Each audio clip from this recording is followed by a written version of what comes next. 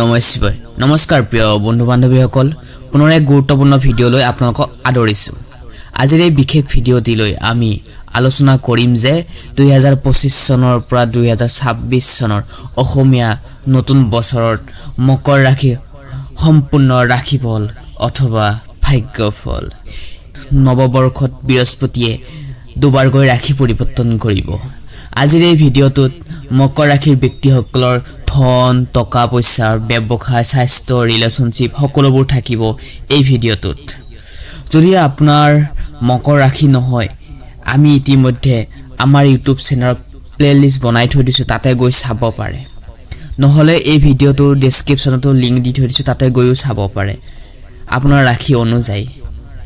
আপোনাৰ শুভ ৰং হৈছে 8 7 আৰু শুভ তাৰিখ হৈছে 4 8 12 শুভ সংখ্যা হৈছে 3 আৰু 9 আৰু শুভ বাৰ হৈছে শনিবাৰ এই মকৰ ৰাশিৰ অশুভ মাহ হৈছে 2 5 9 আৰু 12 2 5 9 আৰু 12 হিচাপে আপুনি মাহটো মিলাই লব মকৰ ৰাশিৰ অধিপতি গ্ৰহ হৈছে শনি এই বছৰত শনিদেৱৰ সৃষ্টি এই বছৰ আপোনালোকক জীৱনলৈ বহুতো ক্ষেত্ৰত নতুন দিশ লৈ আহিব অসমীয়া নৱবৰ্ষৰ মকৰ ৰাশিৰ জাতক জাতিকাসকলৰ শাৰীৰিক দিশত ভালে যাব যিসকলে চৰকাৰী চাকৰি কৰি আছে তেওঁলোকৰ মাজত কিছুমান সমস্যাই দেখা দিব পাৰে মাজে কিছু সমস্যাই দেখা দিব পাৰে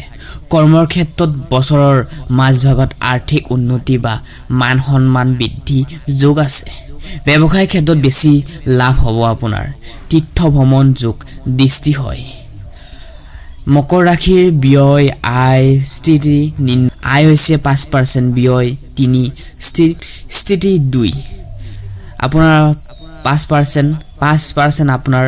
আয় যথেষ্ট বৃদ্ধি হ'ব 3% খৰচ হ'ব আৰু 2% ৰখি যাব প্ৰিয় দৰ্শক আমি জানো আহকচোন আপোনাৰ এই বছৰটো অসমীয়া নৱবৰ্ষৰ বছৰটো আপোনাৰ ধন আয় ব্যয় কেনে ধৰণৰ হ'ব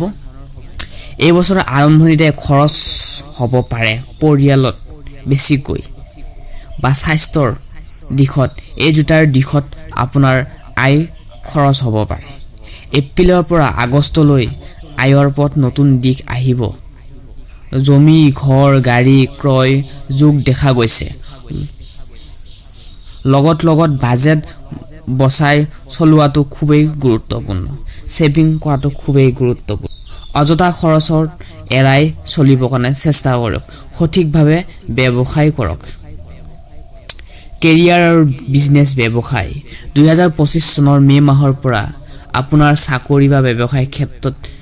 বৃহৎ সফলতা লাভ কৰিবলৈ পাৰিব চাকৰি ক্ষেত্ৰত নতুন অফাৰ উন্নতি বা স্বাস্থ্যৱান লাভৱান হ'ব ব্যৱসায় পুঁজি লগতো উপযুক্ত সময় কিন্তু আকৰ্ষণীয় হ'ব লাগিব আপোনাৰ ব্যৱসায়টো তেনেহলে তাত মনোযোগ দি আপোনাৰ ব্যৱসায়ত উন্নতি কৰিব পাৰিব নতুন প্ৰচেষ্টা চলাই আৰম্ভ কৰক পৰ্যন্ত পৰিকল্পনা কৰক আৰু মাৰ্কেটখন চাই লৈ আপুনি ব্যৱসায় আৰম্ভ কৰক শিক্ষাৰ ক্ষেত্ৰত প্ৰতিযোগিতামূলক পৰীক্ষাত যিসকল মকৰ ৰাশিৰ জাতক জাতিকাসকলৰ উচ্চ শিক্ষাৰ বাবে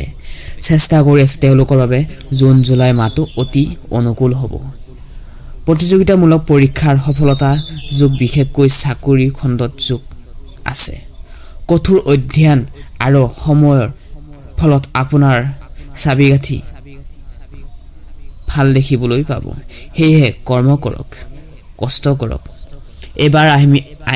আমি আহিছো প্ৰিয় দৰ্শক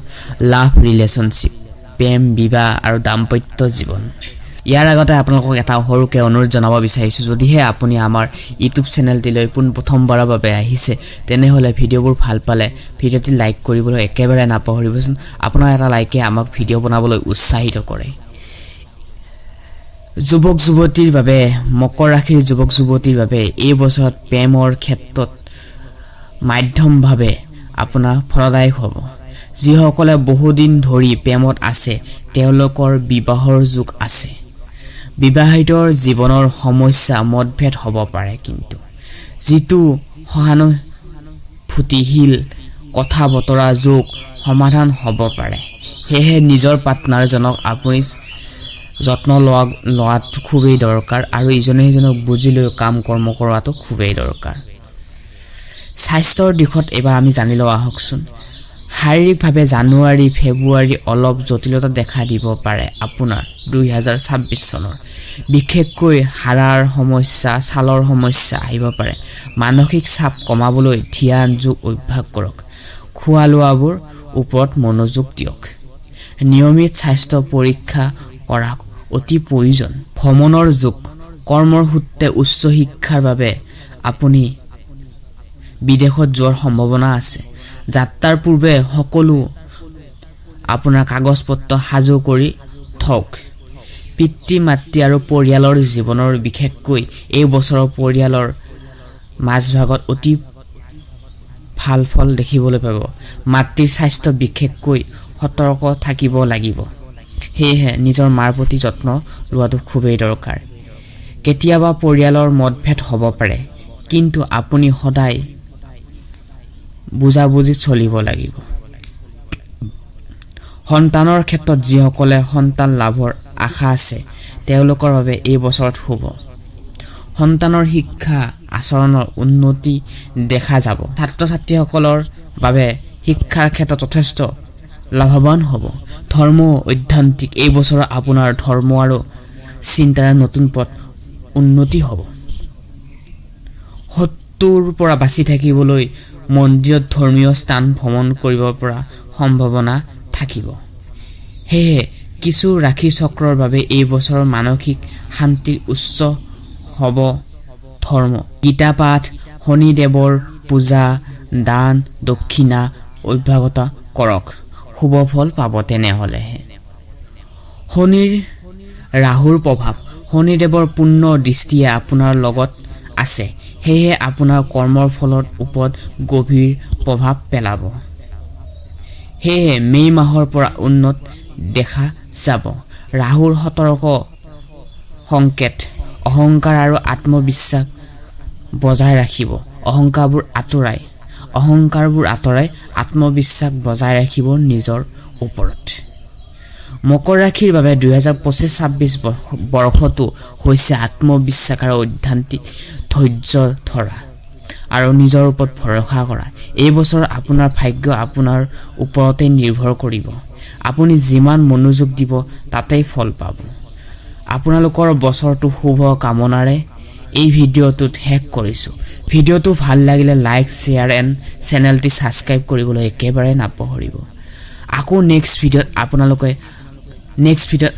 আটাইকে লগ পাম আপোনালোকে কুশলে থাকক মংগলে থাকক তেনেহলে আজি এই বিশেষ ভিডিঅ'টোৰ পৰা আমি বিদায় মাগিছো ধন্যবাদ